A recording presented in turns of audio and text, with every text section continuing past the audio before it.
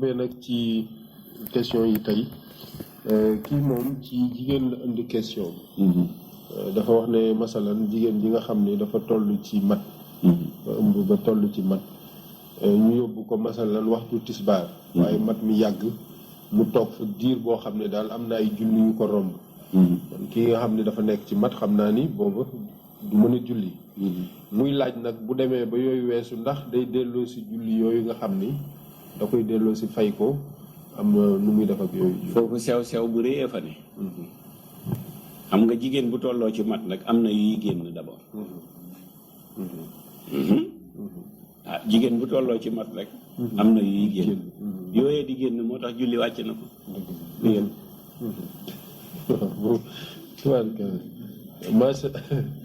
macha allah boobu leer na bu mat la wax de na leer nag mat waaw mat la wax loolu la ko waxee aca bismillah foofu nag laa ci yem buñ bëggee it ma dugg ci détail waaw ay jaru ko dugg ci détail moom jaru ko ay li ma wax leer na aca demal waaw kii question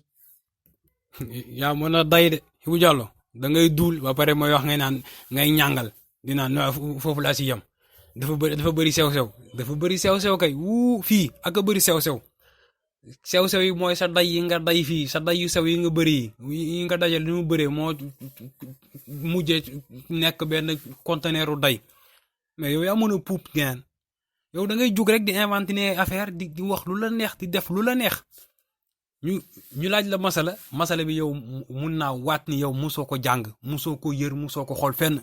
ngay jug di duul ba pare ngay ñàngal xam naa question bi la ko waaj a posé ku dem sax da nga tiit mais da nga dëgër fit rek nga gëmm rek avancé xale allez nañ mbëkk mur bi du nii li nga wax ni ay fen la masala bi effectivement dafa sew parce que li ngay wax ni ay dul la lu tax mu sew parce que masala bi xam naa ne su fekkee jéem nga yërantu laxdar yi masala bi nekkul si laxdar yi ñu bind ko nii explicitement laxdar bi maanaam masala bi nee naa nekkul si laxdar yi doo ko fa gis boo yëree boo demee si Ashmawi doo ko fekk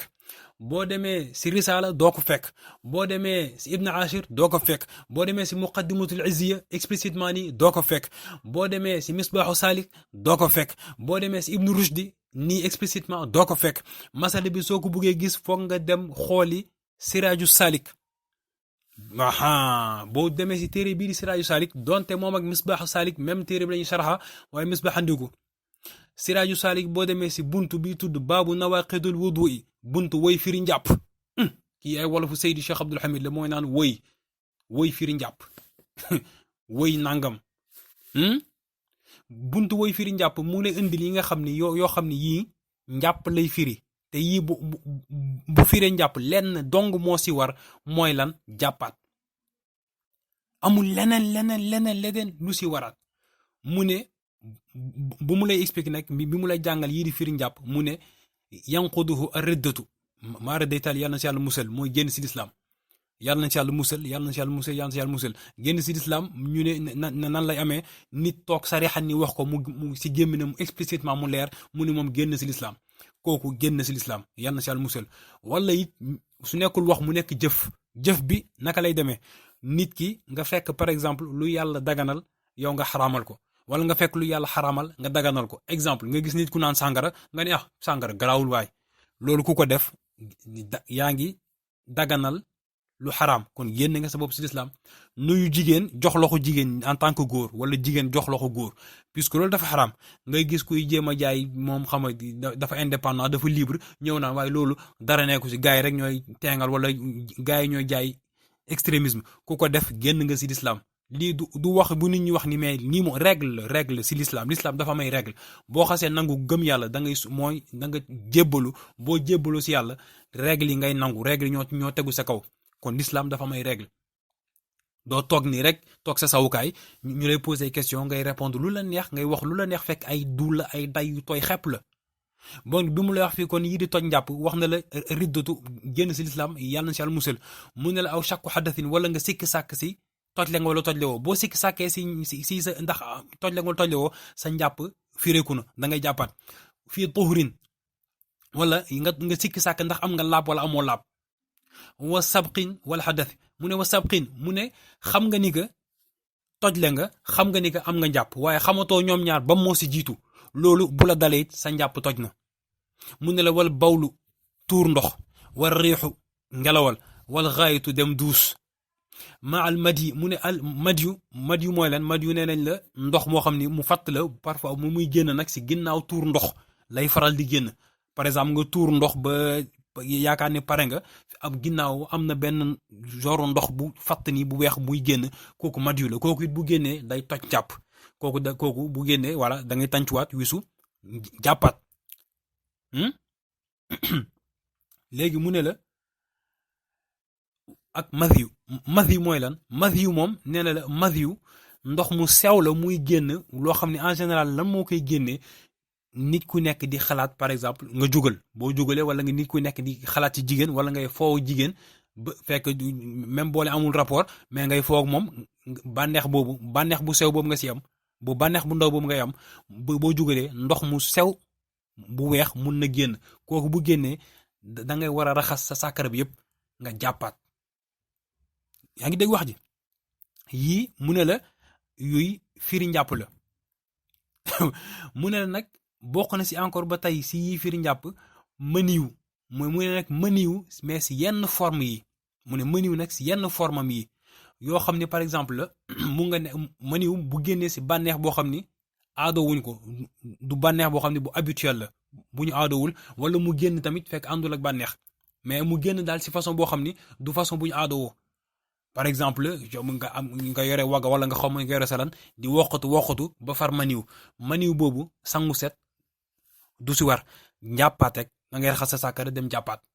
yaa ngi dégg wax ji nga war gum lu mel ni fas wala xaw ma lan ngay nekk si ngay yëngatu ba yëgoo ko sa maniw génn na kooku da ngay jàppaat léegi pour mu résumer la affaire bi daal mu ne la pour résumer la mbir mi wax ji si yi toj njàpp mu ne la yii di toj njàpp maanaam wala xaasilu anna al ahdaathu sab'atun mu ne yii di toj njàpp juróom-ñaar la mu ne juróom-benn sittatun mushtarikatun yoo xam ne bayna zakari wal unsa juróom-benn yi ñu ngi ko boole bu jigéen ak góor ñoo ko bokk si yii di toj njàpp mu ne minha arbaatun min al qubuli mu ne ñeent si yii di toj njàpp si kanam lay génnee al bawlu tuur ndox wal madhiyu wax nañ la mooy leen mooy bii di génn si bànneex bu ndaw kooku da ngay raxasaat sa sàkkara yëpp jàppaat wal madhiyu moom ndox mu fatt la mu weex boo xam ne day génn ginnaaw tuur ndox wal maniyu fii baadi suwarihi mooy maniyu bi ma la wax si yenn forme yi muy génn boo xam ni dafa génn te àndul ak bànneex wala boog bu nekkee bànneex it du bànneex bu ñu baaxoo yaa ngi dégg wax ji léegi fii wax na la yii nii yi mu la wax mooy maanaam yii di génnee si kanam waaye am na si nag ñaar yoo xam ni mu ne la wa ithnaani min ad-duburi mu ne ñaar yi si ginnaaw lay génnee moom mooy xaayitu dem duus waga riixu ak ngelawal kon ñeent yee si kanam muy tuur ndox madiyu ak maniyu si yenn forme yi maniyu lañuy wax xam nga maniyu moom en général nit ñi dañuy jàpp ni da nga war a sangu set mais kooku du tout le temps maniyu bu génnee si forme boo xam ni du niñ ko aadawoo kooku doo sangu set da ngay jàppaat rek boo raxasee saakar da ngay jàppaat léegi mu ne la ñaar yi nga xam ne nag moom si ginnaaw la mooy dem duus ak ngelawal mais fii nag yow masala bi ñu la laaj te xamoo tontu bi fii la tontu bi nekk mu ne wa saabiu xaasum bil unthe mu ne juróom-ñaar bi nag moom jigéen dong lañ ko jagleel mu ne booba mu ne wa huwa moom mooy alhaadi kooku noonu la tudd alhaadi mooy lan mu ne ay almaau alladi yaxruju min qubuli almarati inda talqi qabla xurujil waladi qabla xurujil waladi mu ne alhaadi moom mooy lan mu ne moom mooy ndoxu baaw kii Seydi Cheikh Abdoul Hamid bu muy jàngale téere bi ni ko firee ndoxu baaw mu ne moom mooy ndoxu baaw mooy lan pour ñiy déggul wolof ñu mel ni man te dégguñu wolof ndoxu baaw mooy liquide amniotique moom la tubaab di wax liquide amniotique bu jigéen ëmbee bay waaj a wasin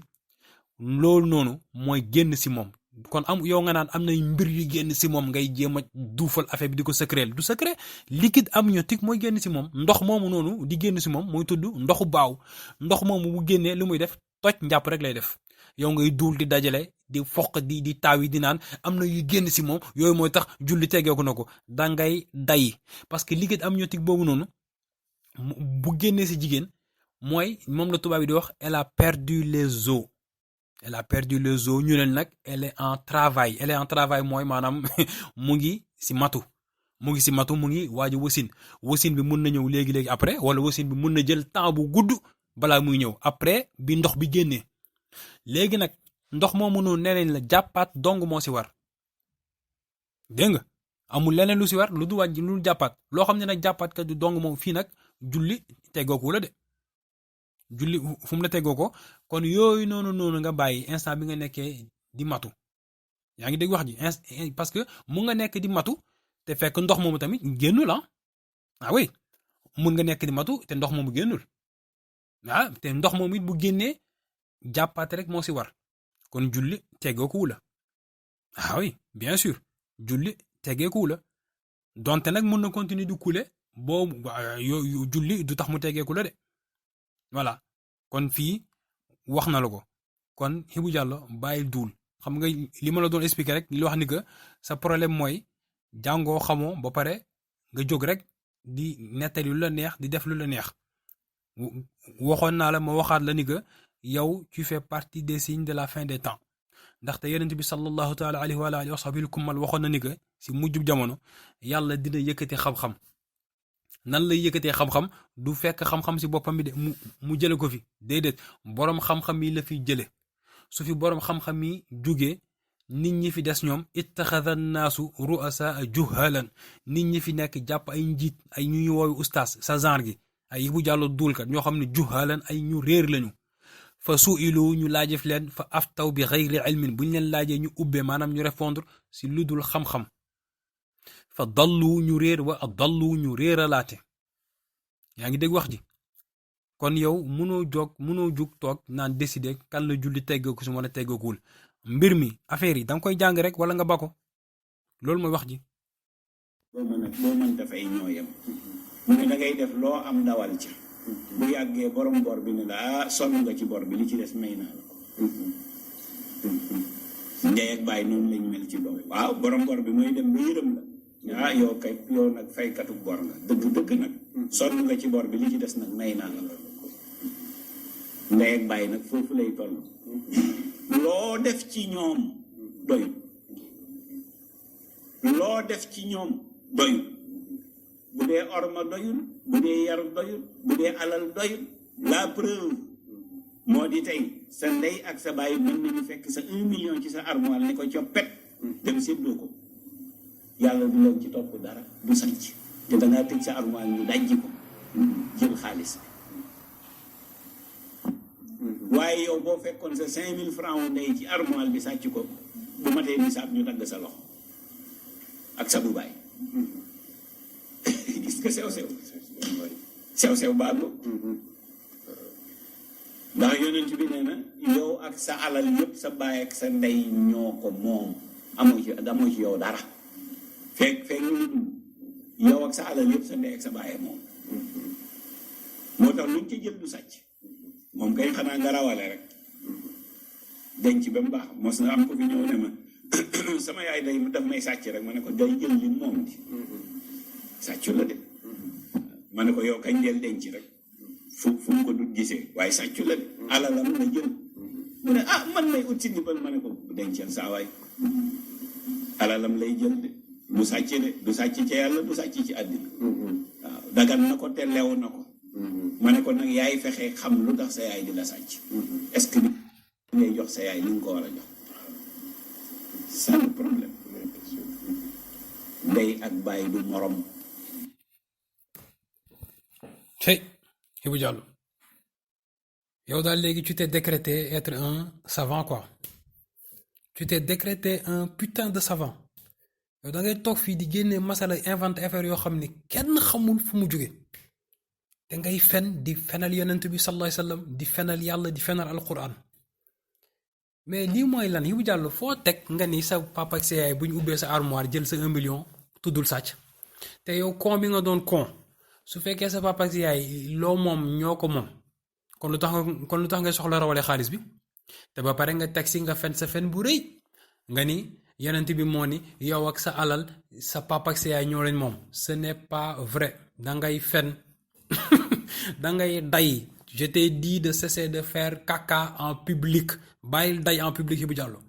xadis bi ngay nettali nii xamoo ko jàngoo ko yëroo ko xam naa da nga ko dégg nii rek nga parate di xam nga débrouiller ko capter affaire bi am na xëy na peut-être koo mu si dégg mu wax ko xamoo sax lu mu wax xadis bi dafa ni anta wa maaluka li abik yow ak sa alal sa baay moo leen moom te xadis bi doo jóg nii rek nga daaj ko nit ñi comme ça sans expliquer xamoo la provenance xamoo voilà maanaam sababu wuruud bi lu tax lu tax xadis bi wàcc foog parce que xadis xam nga xadis boo ko jëlee nga nettali ko xam nga lii Cheikh Seydi El Hadji Omar al Fouti wax ñun ñu jëlee ko si làmminu Seydi Cheikh Al Hadji Abdoul Hamid Sarr nee na Cheikh El Hadji Omar nee na yaxu alquran ak yaxu xadis ku ko moytuwul dina la sànq bëccëg ndar kàmb nee na foog nga boole yii alquran xadis ak fiq nga mun a dem xadis bii nga doon day nii te xamoo ko xam naa mosoo ko yër mosoo ko jàng xadis bi foog nga expliquer foog ñu expliquer la xadis bi lan la te xadis bi doo si jël pour basé wu si xadis boobu noonu xam nga yow li nga bëggoon expliquer nii maanaam li nga bëggoon day nii nga ne sa papa ak sa yaay ñoo moom sa alal sa wax ji imam Shafii yu daf ko dàq lan la ko dàqee nee na xadis bi mënuñ si sukkandiku pour wax ni que sa papa ak sa yaay ñoo moom lépp li nga moom déedéet kon loolu su amee en fait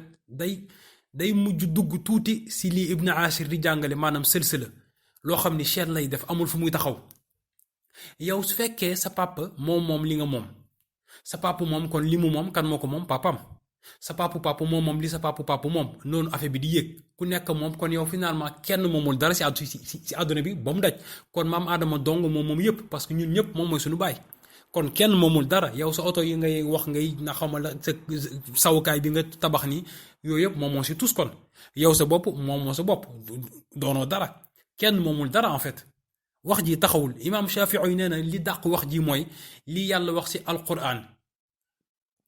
si suurati nisaa yi lan la suur boroom wax si wayjur yi war a donn seen doom dafa ni wali abawayhi ku nekk si ñoom sudus lay am seen dégg wax ji wali abawayhi li kulli waaxidin minhuma sudusu wali abawayhi ñeel na ñaari waajuram yi li kulli waaxidin minhuma kenn ku nekk si ñoom ñaar ñooñu as sudusu juróom benneelu alal bi lay am mimma taraka li seen doom ji génn àdduna bàyyi juróom benneel bi lañ ciy laal su fekkoon waajur yi ñoo moom lépp li doom ji moom kon lu tax ñu naan ku nekk si ñoom juróom benneel lay laal kon imaam Shafii moom noonu la dàqi wax jooju dafa ni wali abawayhi kulli waaxidin minhuma sudusu ñaari waajuram yi ku nekk si ñoom sixième bi juróom benn bi lay doon wa in kaana lahu walad wa in lam yakun lahu walad waaw mu yeggali mais en tout cas pour wax la ni que li nga wax ni ay day la te xadis bi nga doon nettali te xamoo ko xadis bi ñu ngi lay jàngal ñu ne la Bayhaqi yi moo ko solo indi na ko si sunanul kubre wala si ash-Shu'ab wala it Abi Daawud indi na ko si sunan Abi Daawud xadis bi dafa la ni inna rajulan shaka ila rasulillahi sallallahu taala alayhi wa ala alihi wa ashabihi al-kummal dafa am benn góor bu ñëw di plaindre maanaam di ñaxtu si yonent bi sallallahu alayhi wa sallam shaka lan abaahu muy plaindre muy ñëw si yonent bi di kalaame papam mu ne ko wa annahu yaxudu maalahu mu ne papam day jël alalam rek mu ne fa daa bihi yonent bi sallallahu alayhi wa sallam woo ko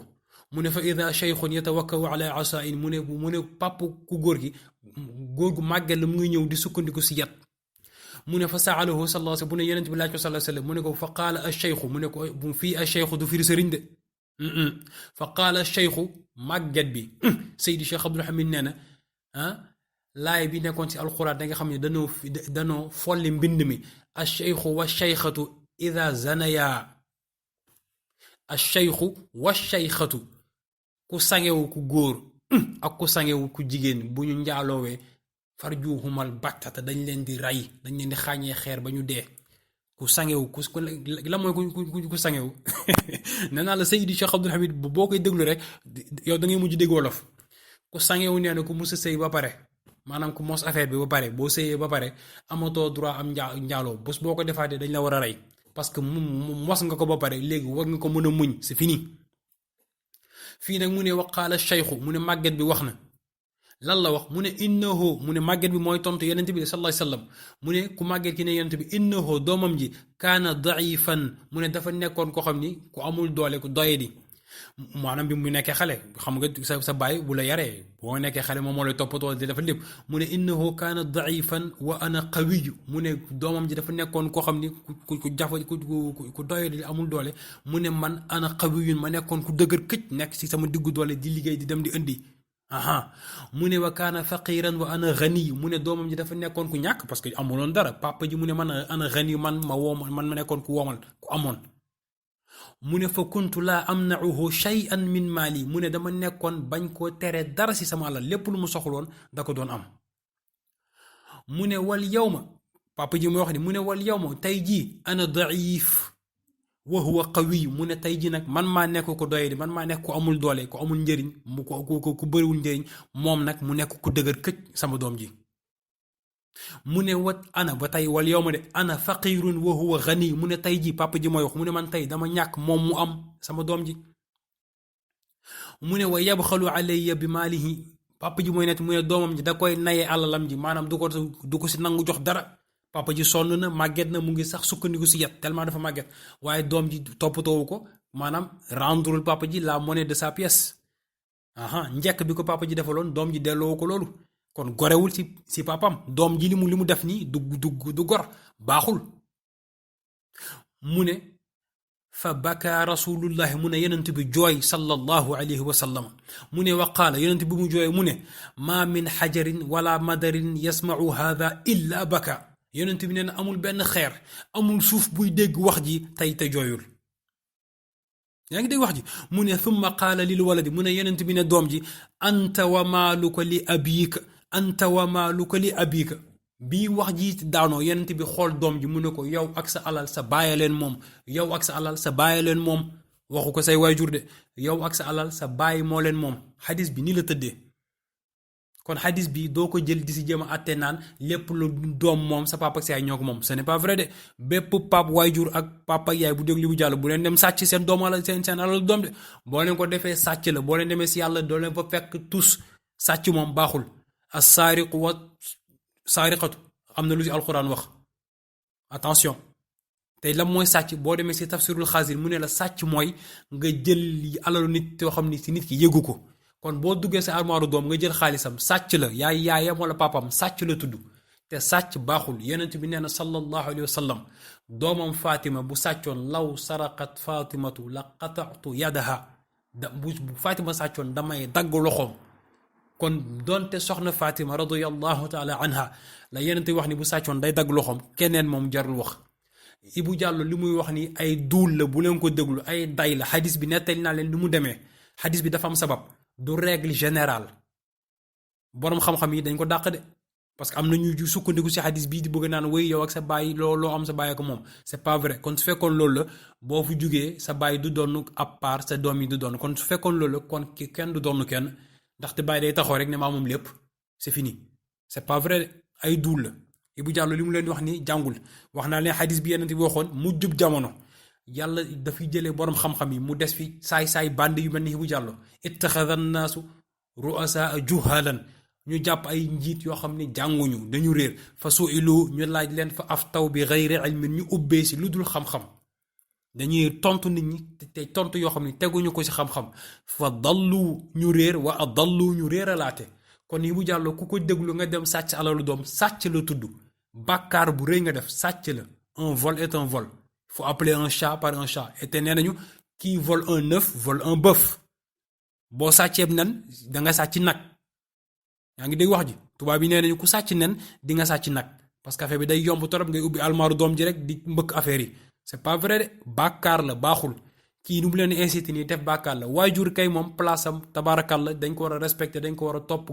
bëgg ko lool ñaanal ko rabbi rahamhuma kama rabbayani saghira loolu kay dañ koy def toppatoo see waajur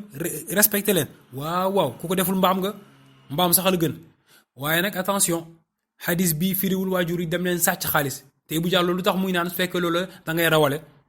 lu tax ngay rawale su fekkee alalu jàmbur la lu tax nga koy rawale kon finalement yow yaa mujj doon sàcc parce que yaa ngi rawale alalu jàmbur boo amee sa xaalis nga nor ko rawale balaa sa yaay di ko gis kon yaa ngi sàcc sa alalu yaay jarul nga koy rawale parce que sa yaay ko moom Ibu Diallo li mu leen di wax nii affaire doomaraam la bu leen ko déglu de saay la bandi la mu kon moom peut-être sàcc la moo tax muy wax li mu leen di wax nii aha te Ibou Diallo xam nga sa duul yu metti yi man xam nga am na conseil bu ma la jox mooy na nga xoolaat sa bopp yow na nga xoolaat sa bopp sa diggante ak sa borom parce que xam nga yonent bi sallallahu taala alayhi wa ala alihi wa ashabihi kumal wax na si xadis bu wér mu ne man yuridillahu bihi xayran yufaqihu fi diin mu ne képp ku yàlla bëgg si moom yiw yufaqihu fi diin da koy dégguloo fiq si diine kon fii mafhum lan lañ ci mën a déggee kon fii mafhum nga ñu mun ci déggee ni ki boo déggul xam nga nee na képp ku yàlla bëgg si moom yiw dina ko da koy dégguloo fiq si diine kon boo déggul fiq si diine war nga seetaat sa bopp est-ce que yàlla bëgg na si yow yiw te yow da nga toog di wax di day di dul di dajale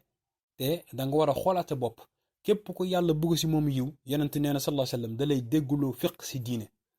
puisque yow xamoo fiq déggoo fiq si diine war nga xoolaat sa diggante yàlla war nga xoolaat sa diggante yàlla parce que ndax yow yàlla nan la lay xoolee war nga seetaat sa bopp yow côté boobu parce que yow léegi da nga yéeg si beneen niveau mooy lan toog naa da ngay ubbee ay séance de question réponse ñu lay poser ay question ngay ubbee lu la neex te xamoo ni man yuridillahu bihi xayran yufaqihu fi diini képp ku yàlla bëgg si moom yiw da lay dégguloo fiq si diine